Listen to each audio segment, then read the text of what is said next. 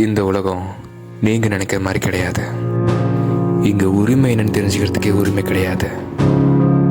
ஒருத்தனுக்கு உரிமை மறுக்கப்பட்டா அதை தட்டி கேட்கணும்னா முதல்ல அவனுக்கு அதெல்லாம் உரிமைன்னு தெரியணும். அதற்கான சட்டங்கள் இந்த உலகத்தில் கிடையாது. ஒரு பதிலோட மதிப்பு எதை பொறுத்த அமைதின்னு நீங்க நினைக்கிறீங்க?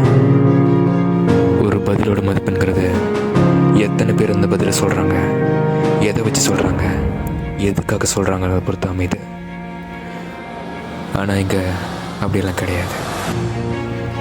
இங்க ஒரு பதிலோட மதிப்புங்கிறது கேள்வியை பொறுத்தோ இல்லை அந்த பதிலோட ஆழத்தை பொறுத்தோ அமைதில்லை, ஆடம்பரத்தை பொறுத்து மட்டும்தான் அமைது. பொதுவாக நம்ம ஏதாவது கேள்வி கேட்டோம்னா அந்த கேள்வி கேட்கறதுக்கு உனக்கு என்ன தகுதி இருக்குன்னு கேட்பாங்க. ஆனால் இங்கே ஒரு பதிலை சொல்கிறதுக்கே தகுதி வேணும். ஒருத்தனுக்கு பேசுறதுக்கே உரிமை இல்லைங்கிறப்போ அவன் மற்ற உரிமைகளை எதை வச்சு கேட்பான்? சிற்றிடத்துக்குள்ளே பாகுபாடு பார்க்குறதே தப்பு.